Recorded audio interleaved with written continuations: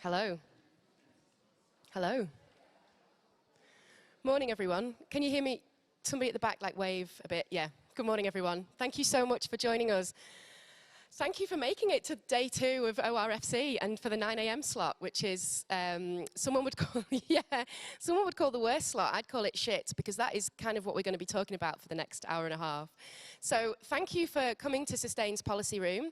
It's great to be celebrating 25 years of Sustain with you. As I say, talking for an hour and a half about shit. So my name's Ruth Wescott, and I coordinate Sustain's work on the climate and nature emergency, and I'll be your chair. Please make yourself comfortable. We don't want things to be too formal, so if you need to get up and have a comfort break or help yourself to refreshments, please do so. This session is going to be about recovering our rivers. And the reason for this session is because, as you are probably aware, river pollution has been an incredibly important topic politically and environmentally over the last few years. But the majority of the focus in these discussions has been on sewage companies and on their role in polluting our rivers.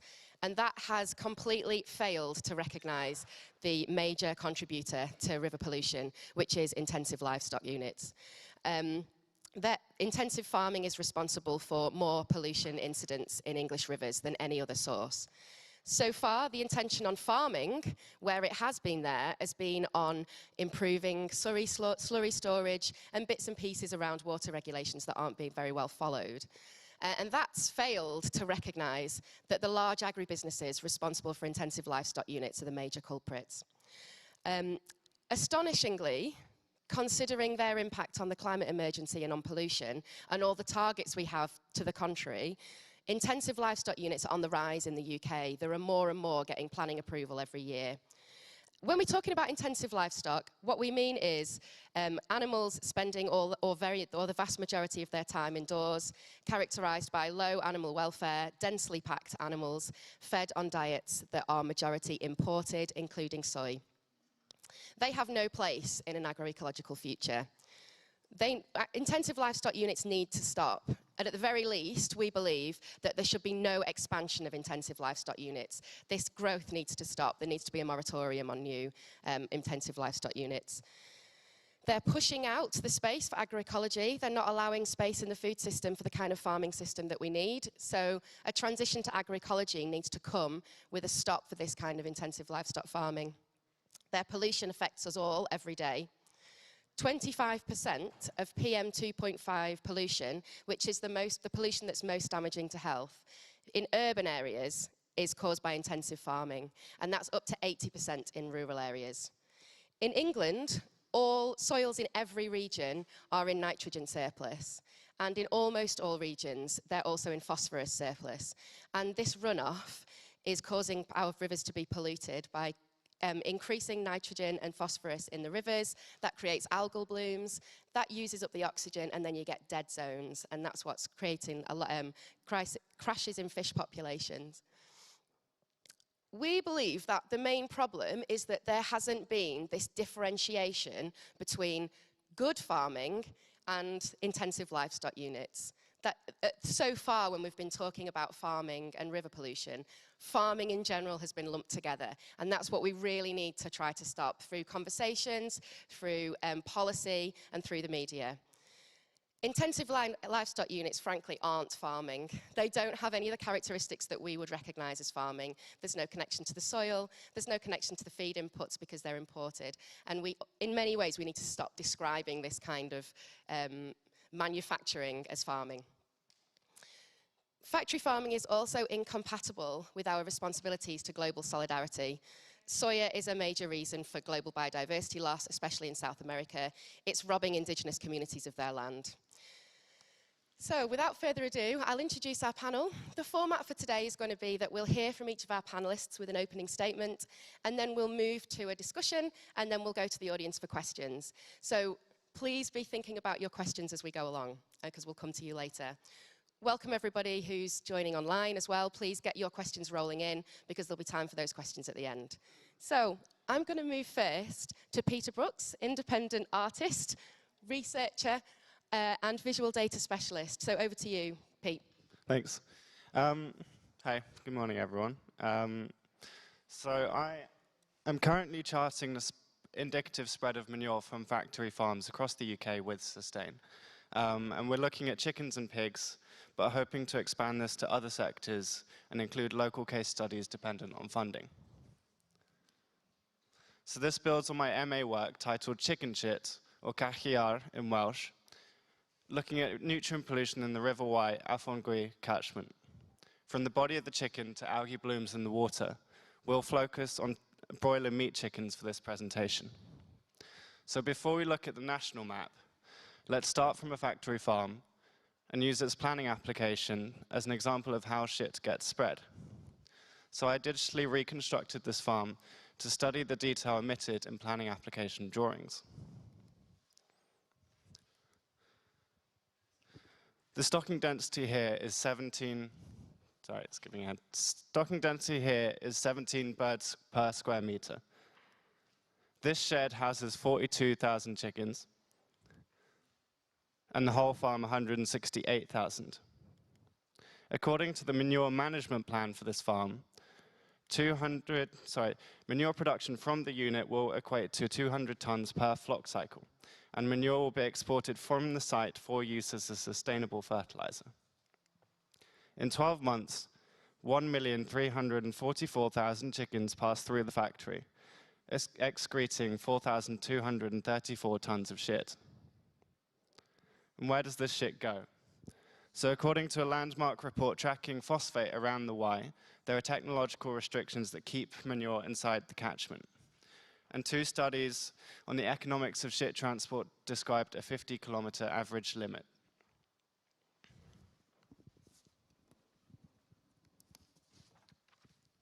So I've plotted this radius for each factory farm and overlaid the locations of arable fields and improved grassland to indicate where shit could be spread. So the darker the brown, the more likely shit will be spread. Urban areas are shown in grey, and unimproved or non-agricultural rural spaces in green. While the majority of shit is sold to farmers to be spread on fields, anaerobic digestion and litter burning are also practiced, resulting in more concentrated fertilizer that can travel further. Around 160 million chickens live in the catchment over a year, leaving behind 504,000 tons of shit. The soils of the catchment store this shit and accumulate nutrients, ensuring the commodity flow overground. According to the phosphate report, grass could grow for 10 years on this nutrient density. The nutrients leach with the weather, and as the climate worsens, more pollution and more algae blooms will occur. This interim map highlights the areas that are more likely to be spread with shit in the darkest brown. Alongside the counties that border the Wye, Norfolk and Suffolk are highlighted, as are Lincolnshire and Nottinghamshire, East Riding and North Yorkshire, and most of Northern Ireland, especially as counties Armagh and Tyrone. So the county level volumes for shit for all intensive livestock follows this trend as calculated by Sam. In first place, North Yorkshire produces 2,000 tons of shit per day. Second is Shropshire at 1,550, followed by neighbouring Herefordshire with 5 tons less. Lincolnshire produces 1,341 and Suffolk 1,300.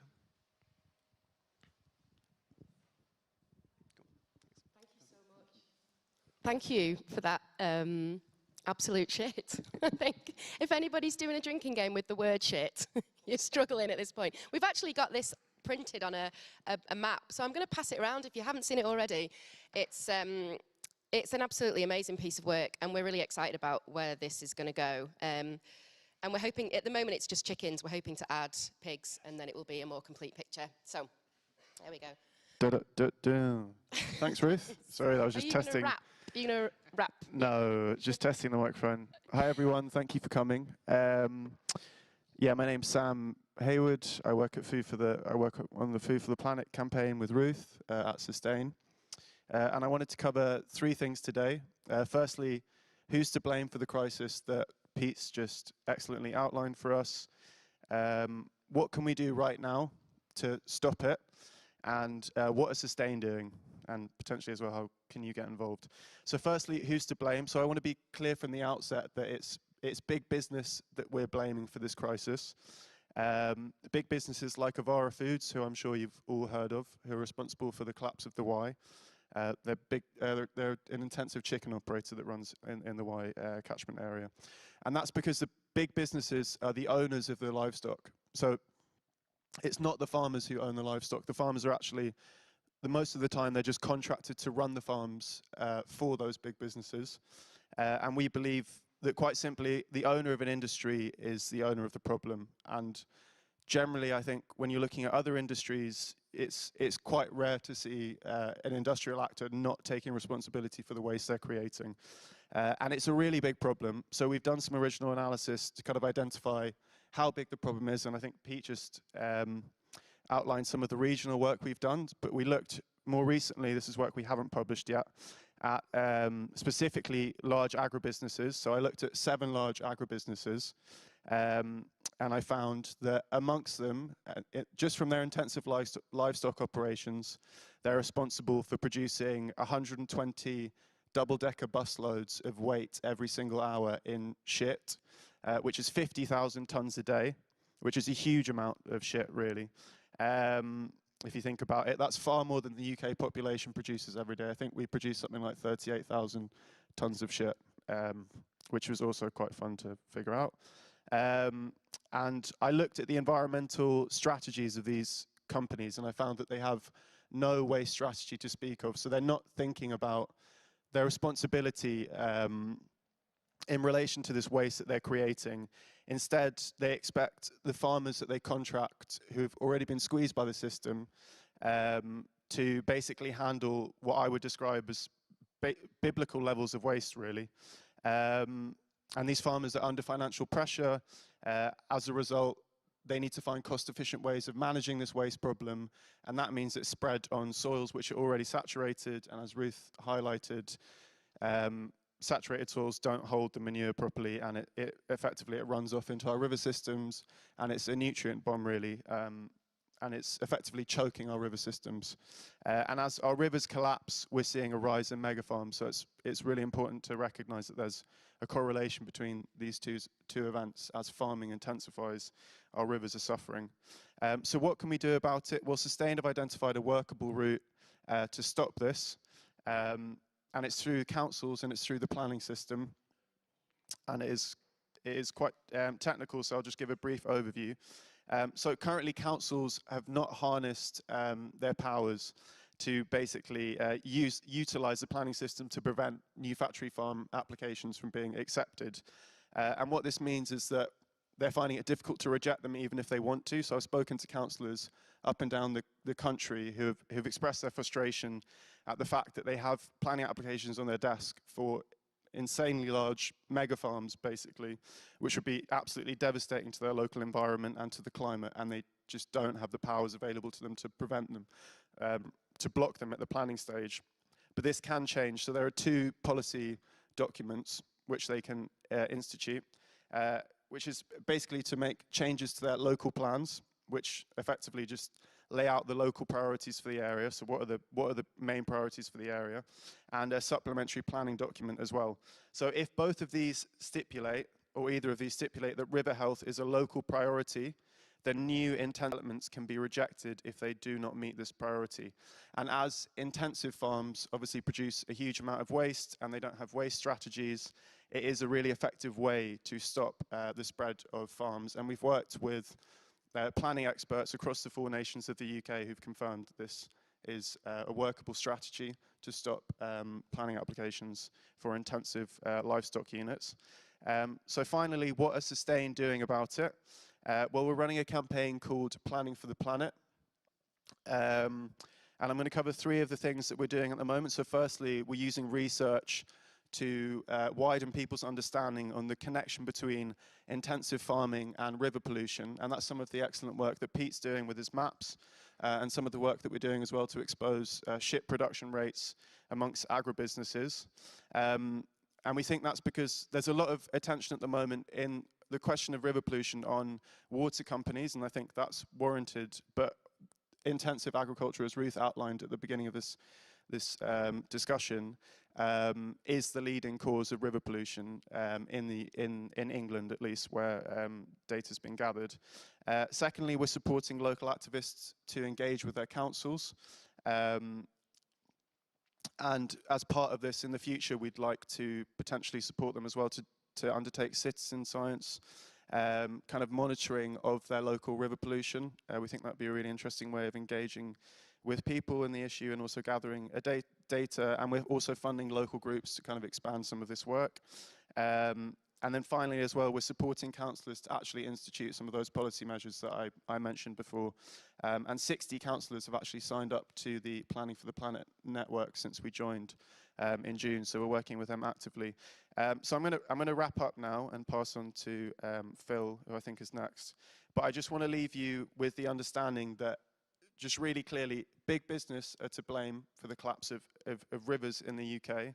And they're not taking responsibility for their actions. And the power lies with councils to stop the spread of factory farms and save our rivers. Thank you. Thank you so much. Over to you. And next up we have Phil Carson, the UK policy lead for the Nature Friendly Farming Network. Welcome. Please take it away. Perfect. Thank you. Is this microphone? Yes, it's on. Morning, everyone. And yeah, thanks for coming to the 9 o'clock slot to talk about animal excrement. It's a very good topic to begin your day with. So I'm Phil. I'm the UK policy lead for the Nature Friendly Farming Network. And if you haven't heard about us, we are an organisation that are trying to champion positive food system change from the farm level up. And I think one of the most important things within this conversation, we talk about livestock farming, intensive livestock farming, how damaging it can potentially be. And I think we have to be quite careful that we're not demonizing or vilifying individual farmers who have gone down this path because it is a profitable path. It's a path that's been pursued by government. It's a path that's been kind of thrust upon them by the market as well. And many farmers are doing this with good intentions, and we're seeing negative consequences as a result. And I think it's quite important to make that case. And the other panelists have spoken about this, but where the power lies in the system, and where I'm from in Northern Ireland, like that agribusiness lobby has been very, very powerful. And I don't know if anyone has heard of the book by Sam McBride, Burned, which demonstrates that the likes of Pilgrim's Pride, JB Meats have been strategically investing in places where they know environmental regulation isn't being upheld and putting these IPUs in place. So we have to look at where that power lies. I think we also have to look at things, we look at intensive livestock systems, and yes, they're a massive cause of this, but we also have to look at that general management within the landscape as well. And we have, say for example, farming rules for water in England. We have other regulation as well, which a lot of farmers don't know about. The information hasn't really been put out there in as much detail as it possibly could. There's a low awareness of regulation a lot of the time, and also there's an issue with enforcement too. So our statutory agencies have been decimated by cuts over time. We don't have that level of resource to actually do inspections, all that sort of stuff. So I think that has to be brought into the mix around this too. I think the broader question around the food system, and there's issues here in terms of that treadmill of production. Farmers are producing more and more and more, trying to get a profit, and they are having to use a lot of inputs to do that. They're not being paid a fair price by the market as well, and it keeps them on that treadmill of production. So I think we have to look at that wider food system and looking within that as well. And then I think the other point within this is the just transition. If we want to see these systems stopping, then we need to see a pathway out of that, and a viable pathway for farm businesses. It's no good saying, don't do this if you don't provide the alternative. And that's what we're trying to do, I suppose, in terms of what those steps could potentially be. And I think we talk about nutrient balances, we talk about overproduction, and I think we also have to look at the positive role of certain livestock systems as well. So we risk lumping all farming systems in at the same time, and we want to differentiate between, I suppose, intensive and extractive systems and those that can be regenerative and deliver good things. And I think we really need to have a positive kind of profitable pathway for those. And I think once you have those things in place, that's whenever you can see a way out. But yeah, that's a very, very quick overview, and looking forward to a bit more of a conversation on it. Thank you so much, Phil. Finally on the panel, welcome Rebecca. Rebecca Tully is the coordinator of Herefordshire Food Alliance. Please take it away. I've got a slide. Yeah. Which is chaos. And I tried to make a slide that wasn't chaos, and couldn't. So I thought, that's brilliant. You can all see how chaotic it is when you try to create an alliance that's basically based around food, because everything is connected to food. But the positive part of that for us as a food alliance is that we can connect to lots of different agencies, people, causes, ways of talking, narratives in Herefordshire on that basis. So we are a sustainable food place. I managed one double arrow down there, and then I gave up. I was like, I can't do any more arrows. So sustainable food places we're linked with. There are 6 pillars to sustainable food places. So our activity is based around all those 6 pillars, from access to food, food banks, restaurants, economy, building the food economy, and nature-friendly farming, etc. And all farming. The thing that we find in Herefordshire is we're a farming county, and actually sustainable food places it's not enough. So we've actually got 7. So we split up the nature farming and nature into kind of food waste and farming, because it seems so big to us to have all of that in the one. So we're a county partnership. A huge range of different things that we kind of work in, areas we work in. But in terms of this topic, we've had a number of kind of collaborations, but one particular collaboration that we had with Save the Wye, which in itself is a network of action groups, citizen scientists, etc., some of whom are in the room, which is very exciting.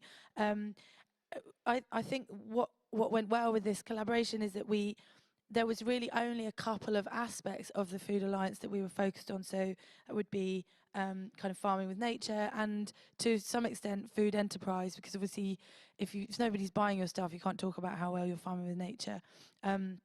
So there was those aspects, plus one particular aspect of what Save the Wye was doing, which was around food and food production. So at the beginning of this, obviously Save the Wye is much broader, and they are thinking about sewage, and there's a huge amount of different reasons why people want to save the rivers. But it was helpful for us to have quite a clear focus. It enabled us to channel some funds down into our area. So we were grateful recipients of the Food for the Planet Fund. It enabled the Food Alliance to talk more about farming as a solution. It enabled, I think, environmentalists to understand a lot more of the potential other ways that can be farmed, because actually the stories weren't talking about that so much. It was a lot about what we shouldn't be doing and less about what we could be doing. So that sort of helped us to broaden the story a little bit. It helped us to see the ways that we could bring different farming together, and also you see there's a greener footprints week there. There's a load of boards in Herefordshire. There's a climate nature board. A lot of the climate conversation hadn't been involving food and farming, like hilariously. A lot of the climate stuff was more about energy, and then a lot of the kind of nature stuff was more just about nature and not about how we might conserve nature and produce food. So bringing food into the centre felt to us a really good way of collaborating. I've gone way over my 3 minutes, but I suspect other people did as well. So I'm going to carry on for a little bit. Challenges. Oh, and do you know what was also really interesting for us is, as a food alliance, we're very connected to a lot of the surplus that's going on. So I enabled all of our community larders and food banks to create a WhatsApp group that when they had a very large quantity of something, they could then spread it out to the others. The amount of chicken that has gone through that WhatsApp group is humongous. So we were able, as focusing on food, to see where that waste is happening, where other people weren't seeing that. So the amount of waste built into the system of Vara's activities is really, really big, and I'm still trying to work out what we do with that. But there is a huge amount. Nobody pays for that to go away. Charities are putting their time and effort into redistributing that. So lots of benefits. Some of the challenges that we find, I think, is that we are intentionally a very broad alliance. So then it's difficult. Sometimes it feels like our message might be quite diluted because we're intentionally very, very broad. So some of those challenges are about how we kind of manage that. But other benefits around that are that we do have time to kind of look into what Sam was talking about to do with the local plan. Where are the dates of the local plan? At what point is it? What are the supplementary documents that go along with it? It's amazing how many people don't know what's going on. However much that every councillor I speak to, of every flavour, their answer is different. They're like, I think it's on hold at the moment, but I'm not sure. So once I start asking those questions, you start realising nobody really knows what's going on. So just having one person knowing what's going on and telling the right people can really supercharge a campaign. The future for us is that there are so many, we keep seeing potential places for us to build bridges, to shift perspectives, to talk about future farming, and we, I can't see a point, definitely not this year, where there aren't opportunities for us to, bring people together and increase those connections. Thank you so much. I'm happy to give you extra time. Herefordshire is where this is all happening, Yeah, I mean, like, we are a farming county and the home of, well, we were only 3rd on the list. You didn't have as much shit as Yorkshire. Oh, sad times. Yeah. Thank you so much for that. What a fascinating range of perspectives. I'm really grateful for that. Thank you for those opening statements. I also just find it astonishing that Avara Foods aren't only dumping the shit in our rivers, they're also dumping chicken on our communities and wasting actual animal. Like, it's astonishing that the waste is coming from both ends, literally. So the first question I wanted to ask actually was to pick up on something that you said, Phil and Rebecca, which was about this kind of narrative, which is sort of for lumping all farmers together and the fact that they need to differentiate between the good farming and progressive farming and intensive livestock units. And the fact that there seems to have been a relatively unhelpful narrative, which is pitching farmers on one side of the debate and then environmentalists on the other, when in reality, the world's ecological systems are fundamental to both, right? We're both in this together. This conference is precisely to move on from that into how we can recognise that neither are the problem. So who would you, the panel, identify as those people that bear the most responsibility for this crisis? Is it big businesses? Is it the government? Who would you like to pin that on? Would anyone? Yeah. We do. We've got the chit. We've got the map of. Yeah, okay, yes, and then also you can see the panellists, so there you go. Would anyone like to take that question first? Pete? Okay, everybody, right, great, go on then. Let's start with you, Pete. Thank you. All right, cool, yeah, I think I'll go on a bit of what might turn into a bit of a rant, but yeah, I think the responsibility lies with large agribusiness and supermarkets, but sort of operating, but also government as well. But operating within a system of essentially unplanned agriculture, in my view, a void of government policy that Tim Lang describes as leave it to Tesco et al., which has been influenced by neoliberal thinking, and also he argues like a hangover from a sort of imperial arrogance in terms of how we rely on multinational supply chains. To go to the River Wye specifically, so Avara Foods is co-owned by Cargill, who are the largest agri-commodities business. I'm just going to call the Avara Cargill for ease of that.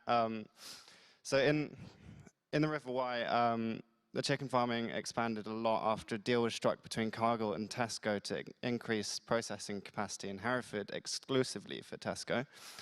And in planning applications for farms that supply Cargill, now Avara, you can find supporting letters where someone from Cargill explained that this expansion is because of consumer demand, because of the Tesco deal, and that it's sustainable. And sometimes we need it because of the horse meat scandal. That's another excuse.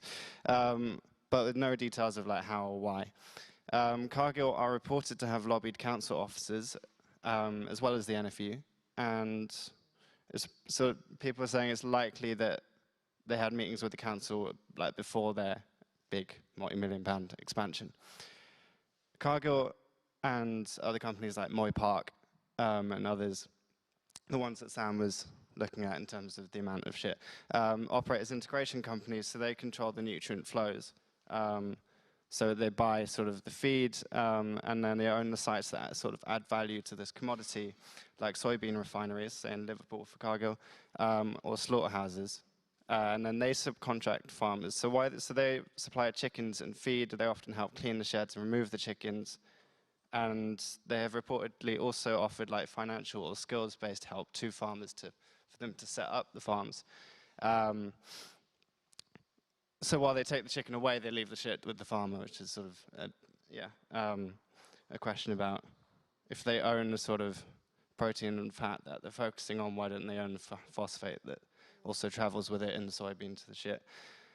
And then the second thing is the role of advertising, public relations, and lobbying of government in terms of the establishment of intensive and continuously expanding livestock production. So in the 1960s, the poultry industry turned egg and chicken meat from like occasional and seasonal farm gate products to a continuous intensive farming, who smuggled some eggs from the US into the UK so that he could start experimenting with the US model of factory farming and breeding. He made his fortune that way and then shifted his intentions to sort of creating an environment in UK politics that would be, that was inspired by the economist von Hayek and others from the Monte Pelerin Society, so the neoliberal economists. He met with von Hayek, and von Hayek said, don't go into politics, like start a think tank, which became the Institute for Economic Affairs, which was pivotal in Thatcher's political program, which has eventually culminated in like the current sort of austerity slashing of funding for environmental monitoring and the reluctance of government to do really anything at all apart from pay consultancy firms. And as Tim Lang, leave it to Tesco et al.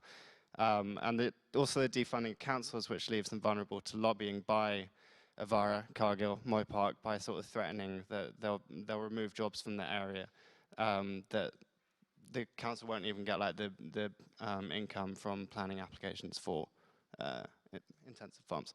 Wow. Cool.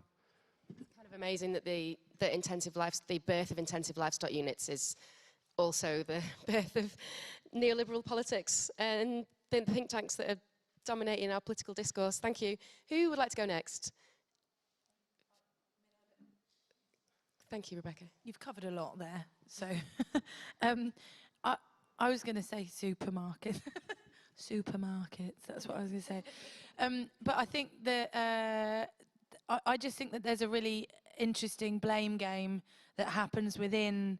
I was also thinking how interesting the Sustainable Food Places talk a lot about a collaborative approach. We talk a lot about a collaborative approach. I was just thinking how collaborative that approach is between intensive farms and large business. Like it's actually really friendly, like that approach within that, and trying to pull these different players apart is really difficult. And I think that it's interesting what gets put on the consumer by supermarkets of like, this is what people want. And I'm told quite often, like, people won't buy a really well-produced beef and lamb because they want chicken. Like people won't do that. And I think it's really interesting what nudges can do in society, and that, you know, that lots of other, you know, I don't want to live the life I live most of the time because somebody else has taken the small shop away or whatever. But so I think there's an interesting interplay between what supermarkets say they need to put on their shelves and the consumers are demanding, and then the decisions that they could make. They could take a hit one year, and then the following year actually people would have changed their buying habits. So I would put a lot of it in our broken world.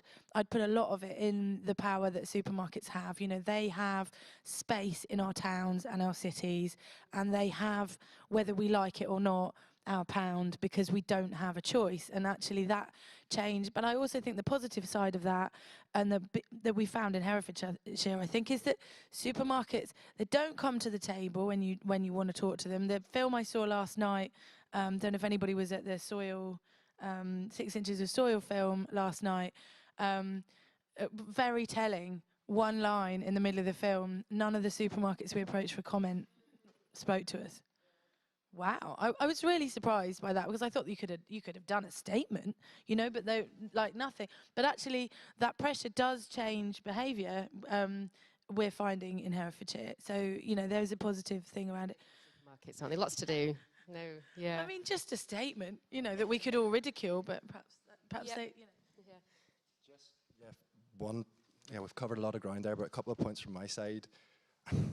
Like, chicken has been extolled as a very healthy meat. We've viewed it, I suppose, through kind of carbon or climate tunnel vision as well. So it's very efficient, we're told, but we don't look at the land use implications overseas. All of those things that are associated with it. So there's a bit of, marketing and spin which needs to be called out, I think, in that space. To really like demonstrate what the issues are. I think within this as well, like, we've seen massive growth in pigs, poultry, but also in certain parts of the UK and I suppose in Western Europe, a move towards more intensive dairy as well. And I think we have to acknowledge that too. And again, farmers are moving into these because they are more profitable, and the systems that I suppose are more extensive, beef and sheep systems, they often struggle, and those are the ones that... Large agribusinesses, for me anyway, who kind of bear the most responsibility. And I think partly that's because where we've seen, I mean, as I mentioned in my opener, none of these companies really have any kind of waste strategy to speak of. The only one that I'm aware of is Avara Foods have released a waste strategy recently, where they've basically said they'll take chicken shit out of the Wye catchment area, so they're going to support farmers to do that. And I'm sure Rebecca would be able to... You're looking at me incredulously, so maybe I'm... but I'm pretty sure I've read the Avara press release correctly. I mean, the reason why they're doing that is because they're under public pressure, because they're under scrutiny. Whereas the other agribusinesses I've looked at have no waste strategy to speak of. So I think if we shift our focus to those big players and they become not necessarily household names, but at least within our movement, we become more aware of them and what they're doing and where the gaps are and where the levers are that we can kind of exert pressure on them, then I think we will start to see them taking more responsibility. We will probably start to see more waste strategies being published. And when they start to budge and they start to accept responsibility for the waste by releasing waste strategies, there's an opportunity for us to push them further and to keep pushing them until we have something that we're happy with. I think that's my contribution. Thanks. Just a follow-up question on that, because we've all kind of identified agribusinesses as, I suppose, the big obstacle within this and the driving cause. But there's a question around the state's role in that as well. And they've been given kind of ultimate freedom to do as they want. So what's the solution here? Do we want to see the state intervening more, or is it public pressure and they change? What do we think is the ultimate kind of intervention that gets us to where we want to go? Phil, you've brought me deliciously onto the next question, which is, as we're in the policy room, what does the panel think is the role of policy? So what is the government need? So far, what we've got from the government is poultry. Sorry. And it's got a hangover. So. Do you know what? I actually haven't got a hangover, because the beer from that bar was so pure. It's incredible. What we have is elms, which is barely relevant to intensive livestock units because they don't really receive subsidies. They don't really receive elm subsidies. And slurry management grants a bit, and the water management the rules for water. Farming rules for water. It's nowhere near enough. So what do we need policy-wise? Phil, do you want to take that one first, as you were...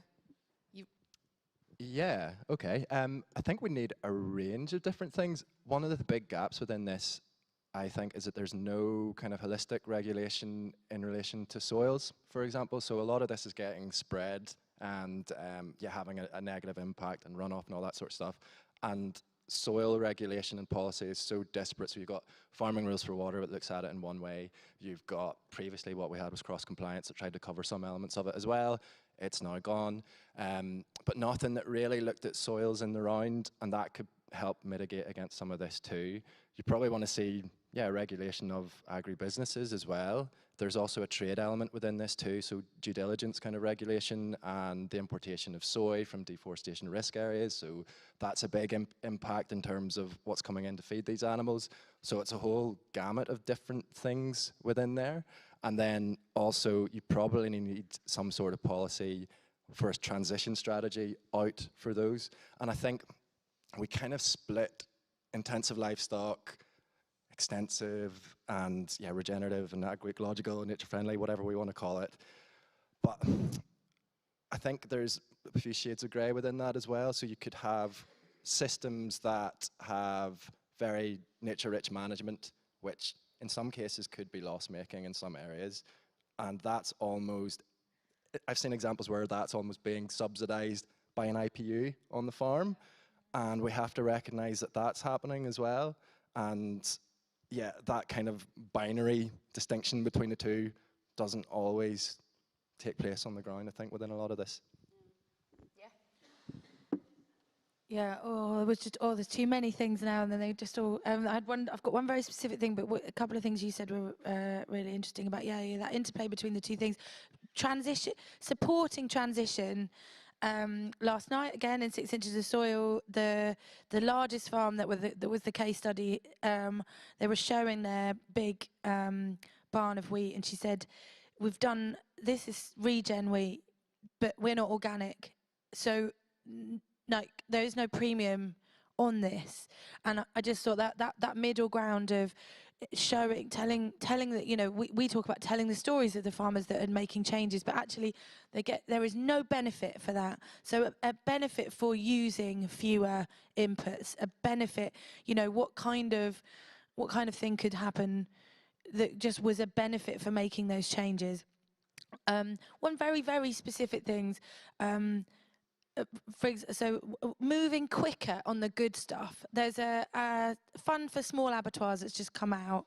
They've talked about it for about 8 months. The work that people have gone into getting this fund is amazing, but it's for many, many, many people, it's too late. And that fund isn't funding creating new small abattoirs. So, and that is connected to really good quality small scale farming. Absolutely, if you haven't got somewhere to take your animals, you may as well not farm them. So there are methods that are going to support good small scale river friendly farming need to come quicker. But moving quicker in terms of government is it's crazy, but they could just have moved quicker on that, because actually everybody knew it was needed last year, this time last year. Thank you. Sam? Yeah, I think there are 2 points I'd like to cover. The first is around funding of the regulator, and the second as well as around some of the reforms to the permitting system that I'd like to see, or that we'd like to see it sustain. So firstly, in terms of the regulator, I don't having regulation and having a more advanced regulatory framework is good, but as Phil says, a lot of farmers aren't necessarily aware of all of the new regulations that are coming out around how you manage the spreading of slurry on soils, etc. And I think it's also really difficult to monitor where there are repeat offenders, because the Environment Agency, who do a lot of the work to monitor kind of what's happening on farms, have basically been cut to the bone over the last 10 years. And there's no point really having regulation without a regulator. So that's one point that I think is really important, is that the Environment Agency basically needs more money so that they can support farmers to understand better, what these new regulations are, but also ensure that they are actually being properly enforced. And I think as well, to monitor better river pollution and what the sources of river pollution are, because there are lots of gaps in understanding amongst the public, and also just generally we found also amongst policymakers around what the true causes of kind of river pollution are, and that is intensive agriculture. And then secondly, reforms around the permitting system. So I think really we're producing so much shit at such a rate, and if factory farming expands, obviously we'll be producing even more. And I think really no matter how you regulate, distribute, or store this, the volumes are just too high to manage. There's too much manure being produced. Soil's already completely saturated. So really we need to reduce this waste at the source. And I think one of the ways, I mean, we can do that. I mentioned at the beginning there were 7 large agribusinesses and they produce 50,000 tons of waste every single day. But actually there's one of those companies, Arla, which has a 460,000 strong dairy herd, produces half of all of that waste. So really it's intensive dairy units which currently aren't part of the permitting system, so you don't actually need a permit to construct an intensive dairy unit. So there's no requirement for intensive dairy units to get planning permission to build, and I think that really the permitting system is broken. Sorry, did you want to come in, Phil? Just on that point, because DEFRA consulted on a clean air strategy, and there were proposals for intensive beef production and dairy to be permitted, and we haven't seen where that's got to, and it's late. So yeah, the key solution that could be adopted pretty quickly. Yeah, agreed. So it would be really great to have dairy included in that, because dairy is such an intense producer of shit.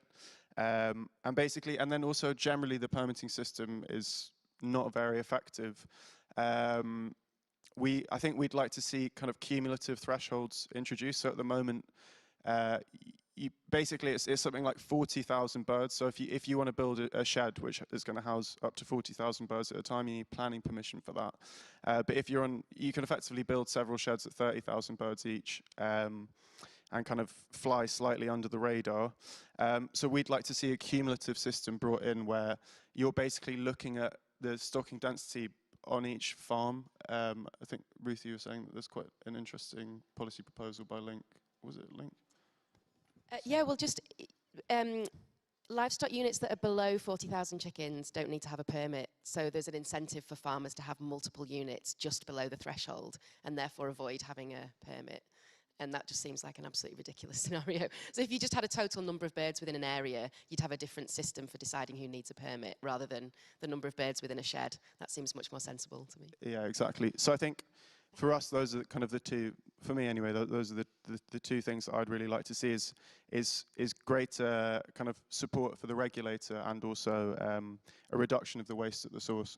So an improvement of our permitting system. Great, thank you very much. Yeah, go on, go Phil, thanks, yeah. We've looked very much at supply chains, like supply side.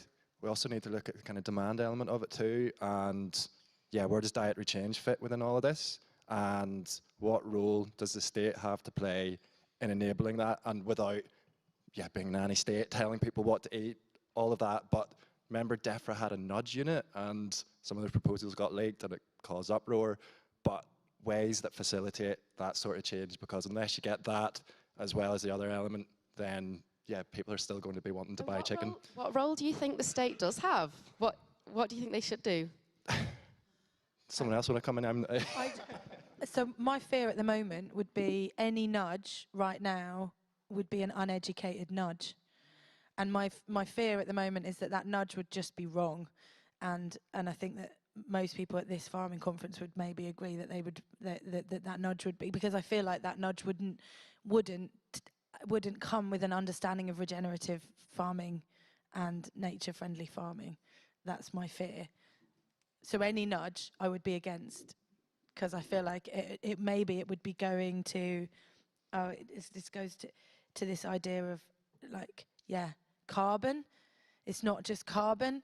So if we were to just go right down the kind of like the barrel of the carbon gun, it'd be like, okay, right, well, chickens. Well, that's what we've got to. Because they're low carbon. No. So I just feel like any nudge would be a really difficult one. We need a campaign for the right nudge, I think is what we need. Yeah. Has the word nudge got a little bit of a bad rep at the moment then, because it feels like it's kind of choice architecture that feels a little bit nefarious, whereas actually if we're just making good decisions easier, then that is enabling good decisions rather than taking away bad ones, right? We're in an unideal world right now, so I think that if there are many nefarious elements and there's many nefarious lobbying elements, so somebody trying to make the right decision. The right decision is very murky. I think that's the. So we need to dislodge the logic of capitalism and therefore build a system in which profit is not prioritised, but people and the environment are. Fantastic. Pete, did you want to come in? Yeah, so just sort of to underline that as well. If we could compare, so the new farming rules for water, it says farmers will be also supported with an extra £34 million to tackle water pollution and boost food production, an extra 10 million for reservoirs and irrigation. But according to Unite, this year Tesco plans to pay 859 million in dividends. Sainsbury's 319. Cargill, obviously they're multinational, but own Avara, made 5.5 billion profit this year, the highest level ever for that company. Although Avara made a loss, and I'm not sure why. Maybe they're investing in other stuff, or because of campaigns? Yeah, Avara Foods regularly make a loss, but the parent company Cargill, registered not in the UK, presumably for tax purposes, is making more profit than ever. Yeah. In the cost of living crisis, they're extracting the wealth. They're extracting the wealth from our communities and dumping their shit there and profiting overseas. There's a phrase for it that I can't remember now. Offshoring profits. I can't remember what it's called, but it's like, yeah.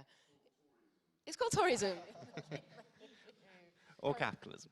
And Moy Park, biggest company in Northern Ireland now, reported 25.6 million profit. So yeah, I'm not, my speciality is more nerding out about chicken farms and remodeling them rather than what should be done, but I think definitely something to rein in supermarkets and integration companies.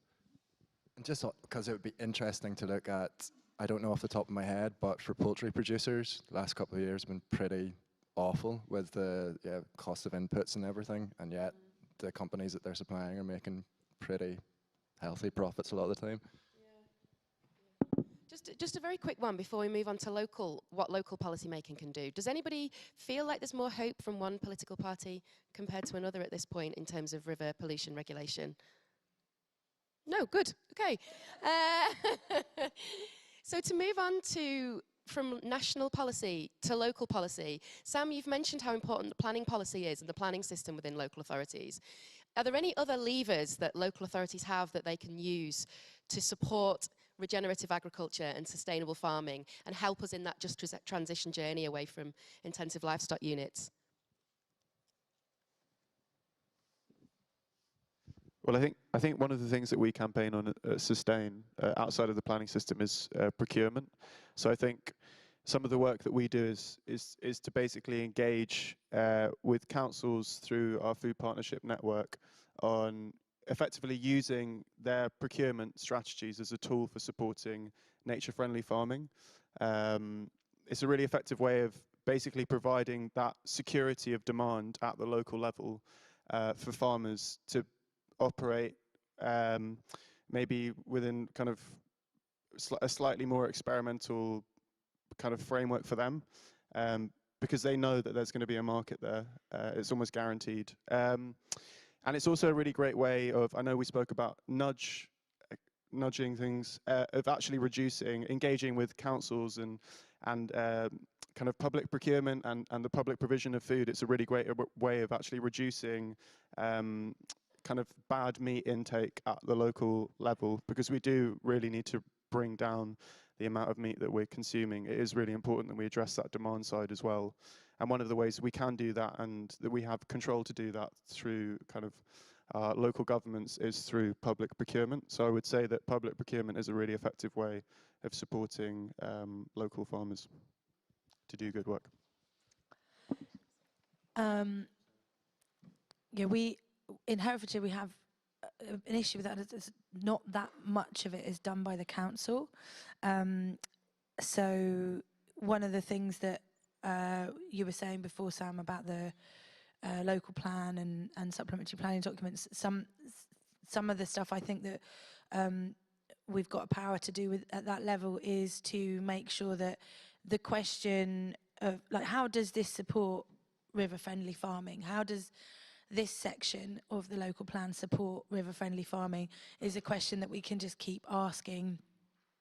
and councils not sitting on the local plan and doing nothing with it for at least 6 months would be one supportive aspect of that.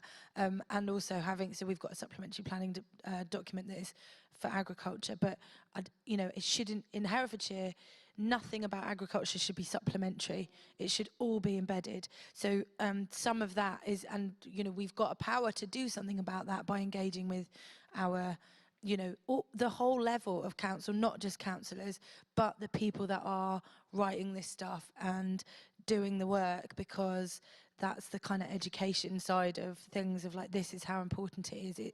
And linking it with tourism, linking it with our food economies, and our, you know, like linking it with, we've got a big local economic plan, like all these, linking it all, every part of this needs to have agriculture embedded in our county, but you know, for other counties it will look different. And all power to food partnerships on that, for raising awareness, for embedding food and farming clearly in council policies. We write a report every year on how well councils are including food in their climate and nature emergency strategies, and those with food partnerships were 11% more likely to have measurable targets on food. Yeah, I did get it jotted down. We're going to come to questions from online in a minute, so if you have any burning questions, please get them jotted down and they will come to them afterwards. But before I go to that, are there any questions for anybody in the audience? Oh, I was worried. You know, when you're worried, you won't get any. Okay, well, there was a green jumper and the curly hair that went straight up, so let's come to you first. I mean, I know your name. Just say Emily. Hi, I'm Emily, and I'm an independent consultant, and I would like to say really well done to Sustain for collating and visualising this information. I think it's really powerful, and I can really see how, you know, thinking beyond the borders that we see there into the marine realm, there'd be a lot of alliances from effects like Surfers Against Sewage and stuff to really try and build some pressure on the planning side of things. And that point of you identifying the lever for change with the planning system seems pivotal. My question is about systemic change, which we've heard from the panel. We all know really good people working in politics, working in retail, but the system stymies them. I wonder what the panel think about trying to push for better, fairer representation and decision making at in our politics, like both at national level and at local level, so that we can move away from this oppositional sort of everything gets pushed to the lowest common denominator in party politics, and have less oppositional, more fairer long-term decision making. If anyone's able to talk about pushing for that kind of level policy change. Okay, panel. How do we get more participatory decision-making in politics? Food partnership, I mean...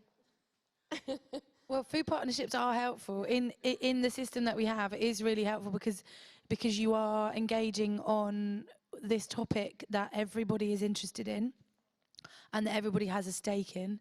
But I think that what you're describing is a political system that is more... I've completely forgotten. What is it that we... What is it when... What's the kind of system we've got? And what's the one that would... Proportional representation. Thanks. So don't ask me a question again, because plainly but that, you know, like the entire system we've got is pitted against. That's the game you have to play. If you want to be in it, that's the game you have to play. So in a way, it's about having people in the game and out of the game. And if you make food the centre, that's helpful. But you have to play that game right now. So there's no way, if you come straight out of that game and say, well, I'm not playing it, then someone's going to win that game, and it isn't going to be you. It's not going to be us, is it? Okay. Second row, camel-coloured blazer. Take it away. Hello, my name's Tom Tibbett, and I happen to be the chair of Friends of the Upper Wye, which is a citizen science organisation that we set up 3 years ago to look at the problem in the Wye catchment. Tom, it's so good to have you in the room. There's an empty space on our panel. Not to put you on the spot, Tom, but seeing as you are an expert and have literally set up a group to campaign about factory farming in the River Wye, the most polluted area in the UK, would you like to join us on the panel? All right, well,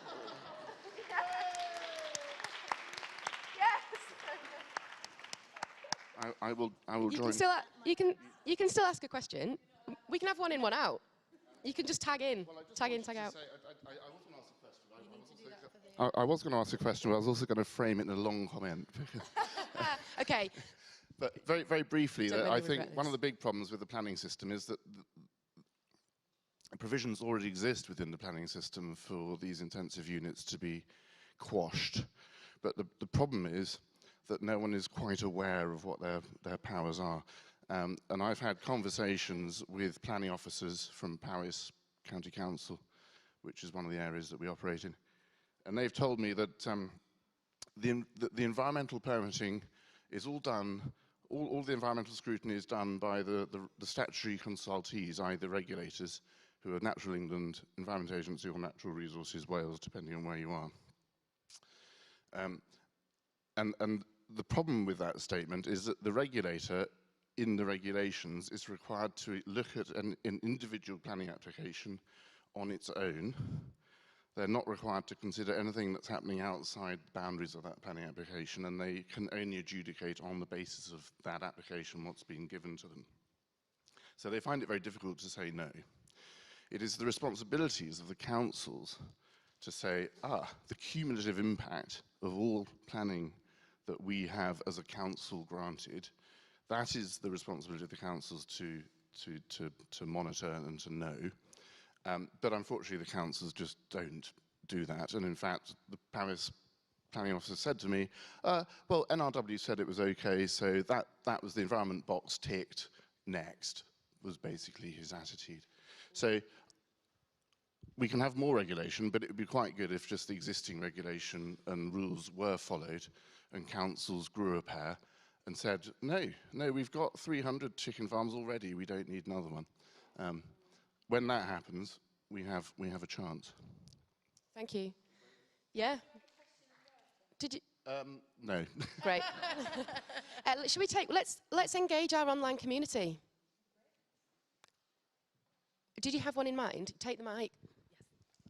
Hi, thanks so much.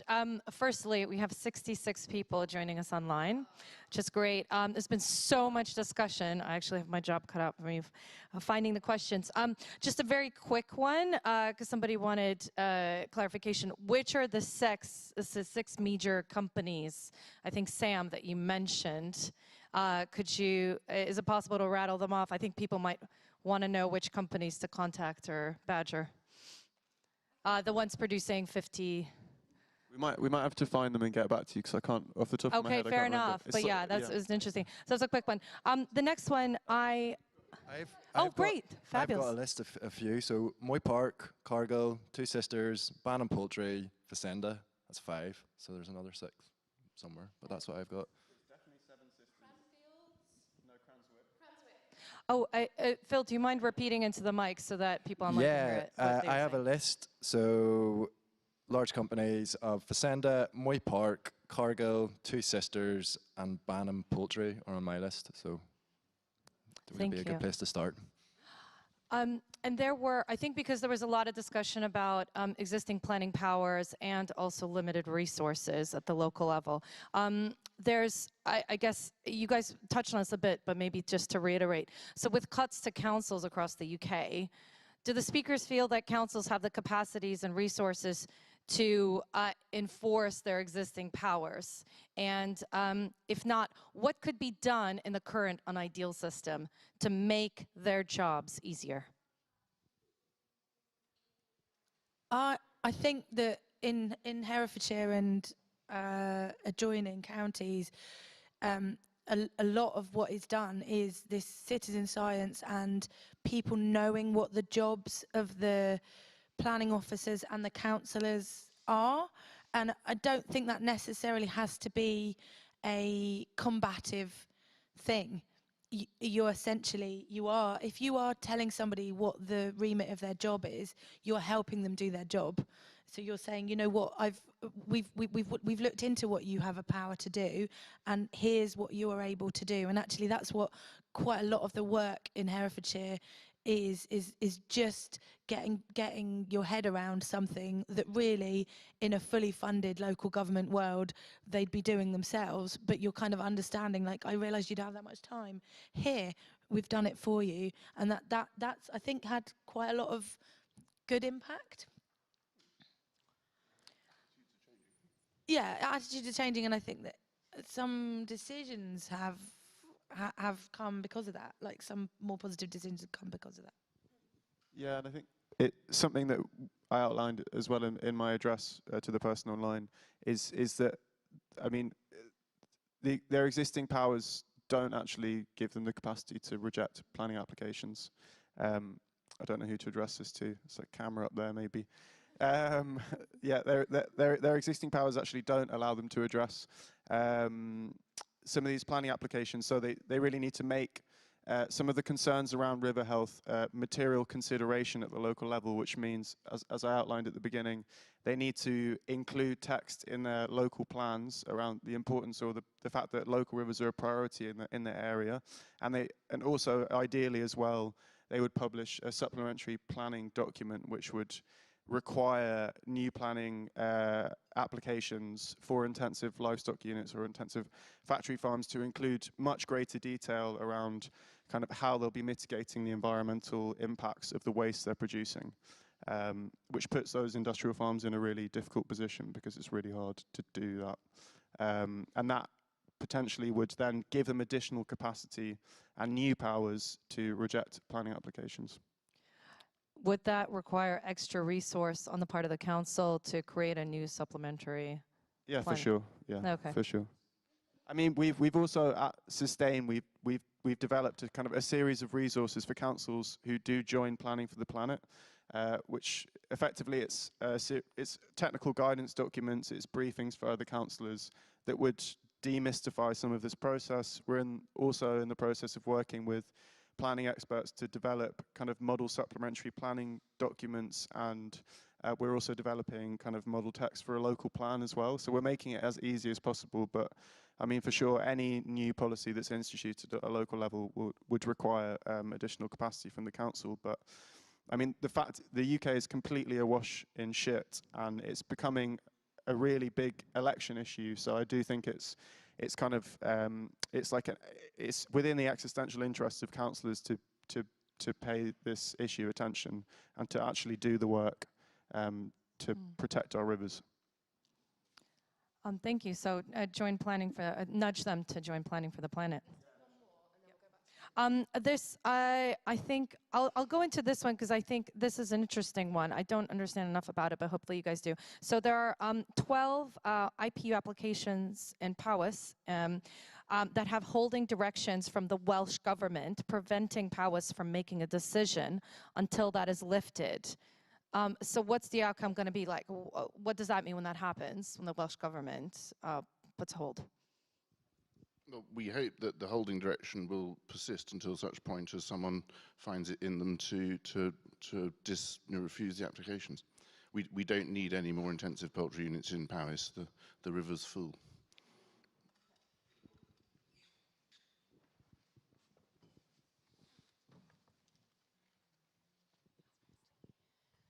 Okay, back to the room. Okay, purple jumper, just behind the bollard. Thank you. Okay. Hello, thank you very much. I'm a farmer in Powys. Oh. I think not enough has been said about the fact that Welsh Government has sponsored these units. Welsh Government for years have been telling farmers you have to grow resilience into your business, you have to diversify. They've been threatening us, telling us to get on and find other income streams. Now they've used a sustainable production grant. These chicken sheds aren't cheap. They're about £500,000 each. They have been funded by Welsh Government in Wales. And now we're as an upland beef and sheep farmer, we're reaping all the shit that has come from it, because now we've been put in a nitrate vulnerable zone, which the majority of farmers in Wales don't even come anywhere near the limit. So for us, for a majority of people, farmers in Wales, it's just a pure paperwork exercise. but it's caused huge problems. And also, we have the fact that now we're in a phosphate protection zone. So in Paris now, if you want to put in a planning application for a toilet, you can't get it. You're held up for months. I'd also like to wish that you'd make more distinction with the use of factory farm is used too often. It's used wrongly. It's like how the term racism is used now. You've got to narrow down your view of factory farm, because as an upland beef and sheep farmer, we're getting put in that same box, and it's not right. And I'd also like to think that when you come to measuring river pollution, and it seems to be just a thing of phosphates. It needs to be looked at closer, because we found in our area, we've done a bit of independent water measuring, and there's an awful lot of septic tank problems in our area, which nobody can rectify, because if you go to planning now to look at improving your septic tanks, it's at a nightmare. So I wish that you would also look a bit closer when it comes to phosphates at where the problem is, because I know we've done work in our area, and there's a lot where there's little pockets of hamlets that were built years ago near a little stream. The septic tanks are going into the river, and that's a huge problem. Thank you. Thank you very much. Thank you. I wish somebody would do an investigation into where the money's gone into intensive livestock units, like where the money, like follow the money and see how much of public money has been spent on the wrong kind of investment in agriculture. Yes, Phil. I'll just respond to that. Yeah, I think a lot of this rests at the hands of governments that haven't had the foresight to look at what the impacts of this are going to be. In Northern Ireland, for example, we had a Going for Growth strategy, which was all about expanding intensive businesses, and we saw a massive increase in poultry production as a result of it. There was no strategic environment assessment undertaken to actually look at what the implications would be. It was ignored, and now we have massive problems, and farmers that have invested quite a lot of money in good faith on something that the government told them to do. So I think we need something that's properly long-term, and yeah, it's for the next 25 years and kind of recognises the challenges that we have at the moment and how we've got here, because I don't think there's been sufficient honesty at looking at some of those previous mistakes. And that's what an ill-informed nudge looks like, as far as I'm concerned. Thank you. Oh, sorry. And I think your point's mainly, your question's mainly been answered by the other panelists. But I think you mentioned something around the planning system more generally being obstructed because of the fact that now your area is designated a phosphate protection zone or a nitrate vulnerable zone. And I think that's really interesting as well when you're looking at the impact of factory farms. It's not just the impact they're having on rivers, but also the economy more generally, and particularly in relation to house building. So actually the map that Pete's produced, before I came to the conference, I also looked at the nitrate vulnerable zone map, which is basically a map of all of the areas in the UK which have been designated as nitrate vulnerable. So it's effectively, they don't want any more nutrient pollution being put into those areas, which means that other activities are prevented from going ahead, such as house building. And there's actually there's a significant overlap between kind of the hotspots on this map and the nitrate vulnerable zones as well, which I thought was quite interesting and would be something that's worth investigating. But in relation to the point around house building being prevented, obviously that's really frustrating, particularly as we have a housing crisis in this country and the price of rent is going up, which is taking money out of the economy more generally. But there was a really interesting case in Norfolk recently where the council banded together with Anglian Water, who operate in the area, a utility that operates in the area, to pay a Norfolk pig farmer something like £1.5 million over 10 years to keep 2,000 pigs off the land. And then eventually that will be turned into a credit which will be sold to the construction industry so that they can go ahead and build additional housing, so housing in Norfolk. And I think that's concerning for us because, I mean, you're not actually taking nutrients out of the system. I don't really believe in kind of offsetting mechanisms generally, personally. But also, it's interesting to see.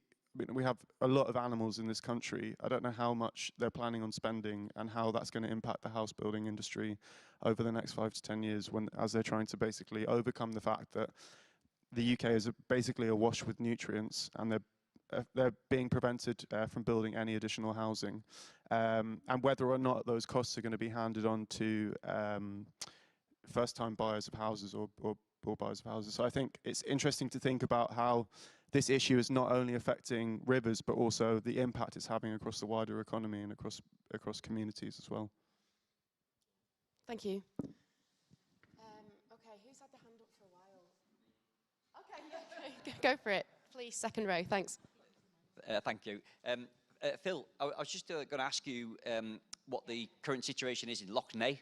And I was also really interested in a comment you made about these companies that are working strategically to target, weak administrations. I mean, we know the situation in Northern Ireland and how that's perhaps impacted. And similarly, I mean, I live in Shropshire, within literally a few miles of some mega chicken farms.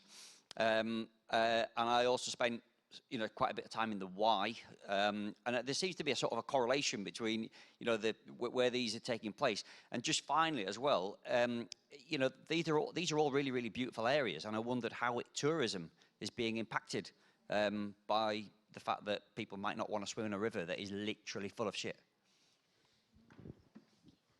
Yeah, so the situation in Lough Neagh is pretty disastrous at the minute, as I'm sure everyone has heard. And yeah, we had a massive kind of eutrophic algal bloom in the summertime, and it wasn't just isolated to Lough Neagh. Lough Neagh was I suppose the focal point, but we had it in Lough Erne, we had it in the River Bann. It was pretty ubiquitous across all freshwater bodies. So it's across I suppose the whole landmass. It's just the focus has been on Lough Neagh because it's so huge, and a lot of that, it's a range of different factors coming in. So we have had CSOs and things like that from NI Water going in, but the vast majority of it is coming from runoff, and that is as a result of, I suppose just the intensification of our sector on the whole. And I would point that to the previous strategy of going for growth. And I spoke with researchers who were doing work in Lough Erne, and 16 to 20 years ago, they said that they were some of the best kind of satellite lochs in Europe and almost pristine. And they saw within the space of that time just things declining very, very quickly. And it was just an intensification of land management in the area. So in quite a short period of time, you see, big challenges. The point in terms of that strategic lobbying, and this is, if anyone's interested in this issue, I would recommend reading Burned by Sam McBride, an investigative piece that kind of looks at the whole RHI scandal. So one of the reasons our government collapsed previously was as a result of a very poorly designed renewable heating scheme, which was to power chicken sheds. So there was massive amounts of public money going in to provide free energy or very, very subsidized energy for chicken sheds. And eventually they realized that the spending was going out of control and big businesses were benefiting. And some places were actually running the heaters 24 hours a day to cream the funding. Government, it's ridiculous. And within that piece of work, he identifies the likes of Moy Park and others.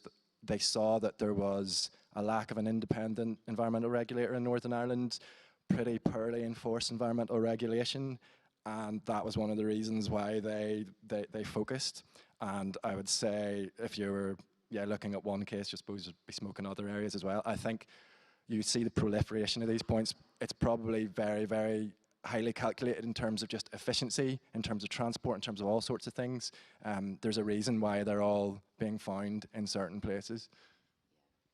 Which is partly why we can't do this on a kind of whack-a-mole approach by just shutting down each individual application. There needs to be more of an approach where we're stopping them being put in the first place. Rebs? So the argument for farms being quite dense in Herefordshire has been made to me that it reduces transport in other ways, and it means that the processing can be more focused, which is it's a good argument. Like if you're making arguments for dense, intensive poultry units, and I think that where we have a potential as when we're looking at different ways of farming and farming as a solution, is to look at sort of hub models that actually make the same argument. Because if you have good nature-friendly farming that is really well connected, and that farmers are really connected, and they're connected to each other, and they're connected to the consumer, and it's easy for the consumer to come and find it, then that is actually going to emulate all the good bits of keeping farming in one place. And so the arguments for processing plants, small abattoirs, like all the infrastructure that you need for good farming needs to be there, so that great farming also doesn't have to waste time and energy and resources trying to go find customers from miles away and all of those kinds of things. So hub models are great, but just they have to be connected to really great farming that also regenerates our rivers. That's actually also something councils can be involved in through planning, is favourable towards a localised and regionalised food system that's genuinely sustainable. Yeah. Okay. Right. Your hand shot up, glasses back row. Go for it.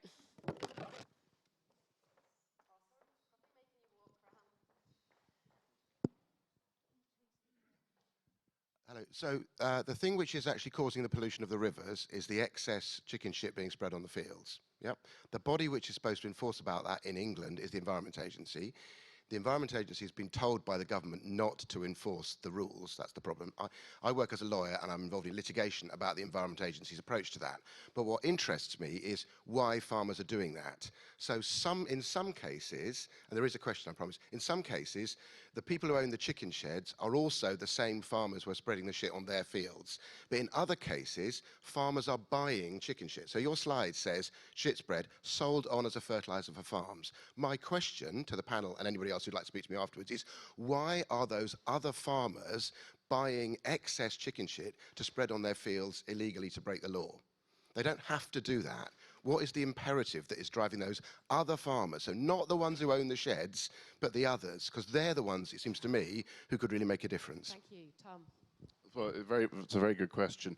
In my view, I mean, it's worth just rolling back and you know, when Cargill sells the prospect of having an IPU shed on your land on their behalf, you know, one of the great bonuses of this, apart from the 100 grand a year you get income, is the free manure that you've got. You know, this is manure, it's rich in phosphates, rich in nitrates, and it fertilizes crops, and you can sell it to your mates. And that's what they all do. And they love selling it to their mates because their mates love buying it. It's cheaper than NPK fertilizer at the moment because of the natural gas price. So it's cheap fertilizer. And on the point of enforcement, you know, I think the average time between a farm inspection in England and Wales at the moment is once every 254 years. So it's fairly safe to say that you're quite unlikely to be inspected if you happen to be spreading a little bit too much manure on your land. And the other problem I would say is that in Herefordshire, in the Wye catchment, we import a surplus of 3,000 tons of phosphorus equivalent in feed for these chickens that is imported from outside of the catchment. That 3,000 tons of phosphorus, which is about 9,000 tons of phosphate, most of that goes through the chicken. The chicken is only 16% efficient at turning food into flesh. So 83% of the nutrient you put into a chicken comes out as manure. And that manure is a waste problem, right? Because there is too much of it. We've got too many chickens in the catchment. And so it is being spread on fields, not because that crop desperately needs fertilizing. Very few crops need as much phosphate as is being spread. It is a waste disposal problem, and they are disposing of manure. They're buying more than they need. There's definitely a case. But they're getting the extra phosphate. There's definitely a case of the perception that it's not going to be lost to the environment. So use nitrogen for an example. There's some research that shows that the average farm loses about £4,000 per year in lost nitrogen resources. So some of it is going to be poorly thought out or applied nutrient management planning, and that would be a way to actually put in what you need based on the crop, your grass, or whatever it is. There are parts of the SFI, for example, which mean a nutrient management plan for farmers, and you should apply the kind of learnings from that. But that's something that needs to be, I would say, uniform. Ultimately, something that's probably a requirement for everyone to kind of address some of this sort of stuff. And then just in terms of enforcement, it comes to that point around resources. So the EA have taken, I suppose, an advice-led approach, which is to try and support farmers on the journey to increase compliance. And there's some evidence of that working in Scotland, for example. So General Binding Rules was a programme where an advisor would walk over the farm, identify all areas of non-compliance, and then a farmer would have a time period to rectify that, and that resulted in about 80% of farmers within a catchment being compliant in a very, very short period of time. So that works, but it needs to be well resourced, and you need to have an increase in visits, all that sort of stuff, for it actually to be effective. We're actually out of time, but just do it. But just quickly. It's also so compliance is important, but it's also a lever for change. What you've said is you don't need to be doing this. So all the stories that I hear about conventional farmers reducing their fertilizer use are positive.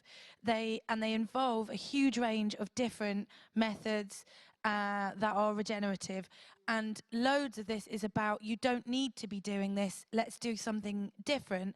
And the EA should do more in that respect, but also that's something that we can all do, is to share those messages of farming that is a solution, and to keep sharing that, and not to be necessarily always talking about compliance, because there are absolute and utter levers for change that will make your farm continue or increase what you're doing and the positivity of the farming that you're doing. I think that's an absolute, I'm sorry, I think it's a great note to leave us on, actually. We're out of time. The only thing I wanted to draw your attention to was a report which will be coming out next week from the Chartered Institution of Water and Environmental Management. They did a huge amount of research from across the water sector and have made some recommendations that I would describe as strong and damning about the industry and what needs to happen in farming. So look out for that. It's coming out next week, and it's very, very good. Thank you all for joining us. I hope this has been an interesting session. It's been fascinating for me. I think the range of perspectives that we've had has been brilliant, and I hope that we've dug some new ground into the issue and really helped to really open up a lively debate about how we can find solutions to the pollution crisis in our rivers. Thank you so much for joining us, and please give a round of applause to our panel.